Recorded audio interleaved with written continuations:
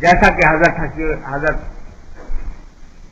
حضرت گنگوہی رحمۃ اللہ علیہ کے بارے میں نے کئی بار واقعہ سنایا کہ جب حضرت حاجی امداد اللہ صاحب مہاجر مکی رحمۃ اللہ علیہ کی خدمت میں گئے اور وہاں سے واپس پہنچے تو ایک عجیب حالات سے گزرے، تو ایک موقع پر اپنا حال حضرت حاجی صاحب رحمۃ اللہ علیہ کو لکھا، تو اس کے جب اور حال میں یہ لکھا کہ حضرت الحمدللہ شریعت طبیعت بن گئی ہے.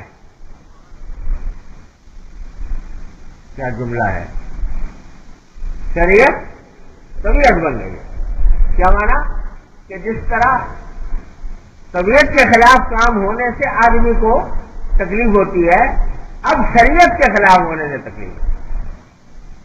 تو یہ مقام بھی آ جاتا ہے کہ شریعت طبیعت بن جاتی ہے. آتا کیسے ہے؟ ایسے خود سے نہیں آ جاتا. آتا کس طرح ہے کہ مشق سے آتا ہے، تکرار سے آتا ہے، تربیت سے آتا ہے.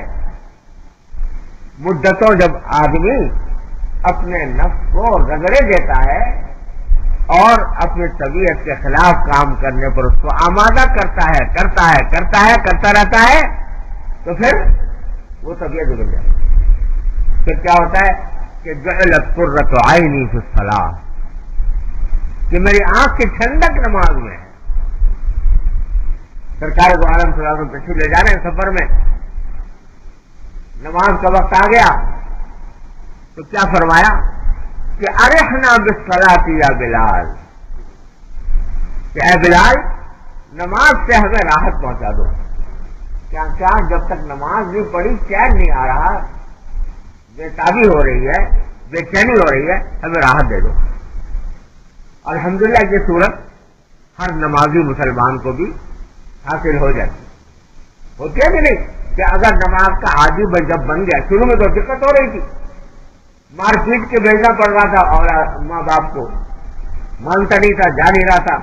لیکن جب عادت پڑ گئی تو اب نمازی آدمی کو نماز پڑھے بغیر چین نہیں آتا. جب نماز کا وقت ہو گیا، اگر نماز کا وقت گزرا جا رہا ہے تو اور ہر اپنی راحت کو قربان کر دے گا، لیکن چاہے میں نماز پڑھ لوں پہلے، پھر دیکھا جائے گا آگے جو کچھ ہوگا. الحمدللہ یہ ہر مسلمان کو، ہر نمازی کو حاصل ہو جائے. یہاں کیا ہو رہا ہے کہ مشق کرتے کرتے اور بار بار اس عمل کو کرتے کرتے اللہ تبارک و تعالیٰ نے اس طاعت کو طبیعت بنا دیا، اب اس کے بغیر چین نہیں آتا. یہی معاملہ ساری طاعات کا ہے. روزہ ہے ماشاءاللہ الحمدللہ، جو مسلمان ہے رمضان میں اگر جب روزے شروع ہو گئے تو کوئی مسلمان ایسا ہے جو روزے دار ہو، روزہ رکھنے کا عادی ہو، کوئی ایسا ہے جو کبھی دل میں تصور بھی لائے اس بات کا کہ میں آج روزہ نہ رکھوں؟ آ ہی نہیں سکتا. کیوں نہیں آ سکتا؟ اس واسطے کے مشق کر کے الحمدللہ وہ روزہ طبیعت کا حصہ بن گیا ہے. اب اس کے بغیر چین نہیں آتا. تو ایک مرحلہ ایسا آ جاتا ہے کہ وہ تکلیف جو ہے وہ لذت راحت میں تبدیل ہو جاتی ہے، طبیعت کا حصہ بن جاتی ہے. لیکن وہ راحت مقصود نہیں، وہ لذت مقصود نہیں، مقصود اللہ تبارک و تعالیٰ کی رضا ہے.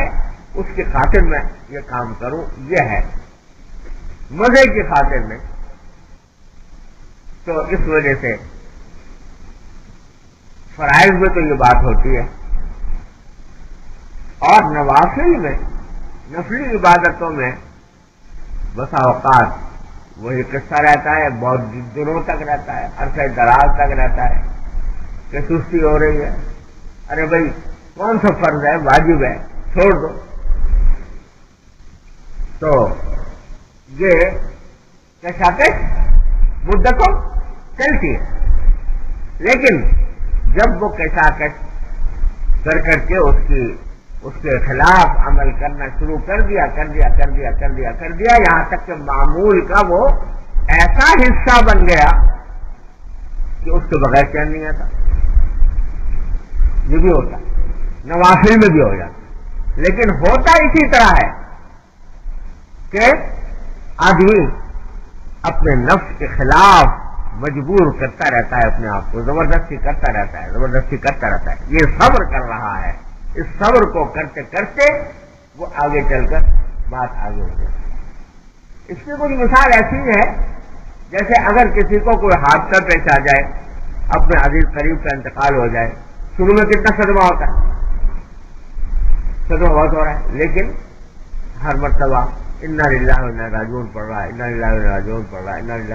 پڑھ رہا ہے، یہاں تک کہ ہوتے ہوتے وقت گزر جاتا ہے، اور وقت گزرنے کے بعد وہ تکلیف بھی کم ہو جاتی ہے، وہ صدمہ بھی کم ہو جاتا ہے.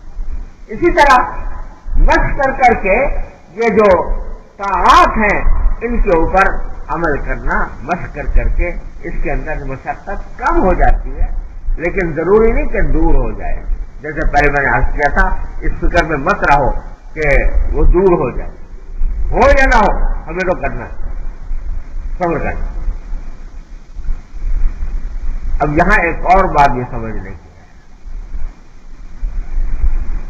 وہ بڑی اہم ہے، اور اس میں بڑے بڑے لوگوں کو مغالطہ پیش آ جاتا ہے. وہ یہ کہ جہاں صبر کی تلقین فرمائی گئی ہے اور جہاں صبر کی فضیلت بیان فرمائی گئی ہے، کل بھی میں نے وہ آیت پڑھی تھی، الذین صبروا ابتغاء وجہ ربہم واقاموا الصلاۃ وانفقوا مما رزقناہم سرا وعلانیۃ ویدرؤون بالحسنۃ السیئۃ اولئک لہم عقبی الدار. تو صبر کے ساتھ قید یہ لگائی ہے کہ صبر کریں ابتغاء وجہ ربہم، اپنے پروردگار کی رضامندی اور خوشنودی حاصل کرنے کے لیے. صبر کرنے کا مقصود کیا ہو؟ اپنے پروردگار کی رضامندی حاصل کرنا، اس کی خوشنودی حاصل کرنا، یعنی اخلاص.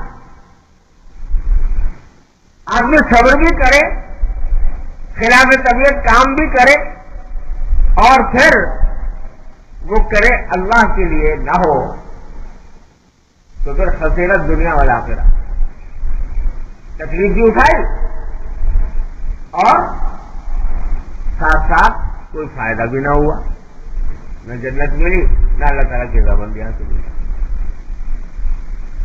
تو اس لیے صبر ضروری ہے، گائے کے ساتھ ابتغاء وجہ ربہ، اللہ تبارک و تعالیٰ کی رضامندی حاصل کرنے کی خاطر، یعنی اخلاص نیت کے ساتھ. اسی لیے بزرگوں سے منقول ہے اور سب بزرگوں کا یہ معمول رہا کہ وہ یہ دیکھتے تھے کہ جو نفلی عبادتوں میں خاص طور پر کہ اس عبادت میں جو کرنے جا رہا ہوں تو اس کا مقصود واقعی اللہ تعالیٰ کو راضی کرنا ہے یا کچھ اور ہے.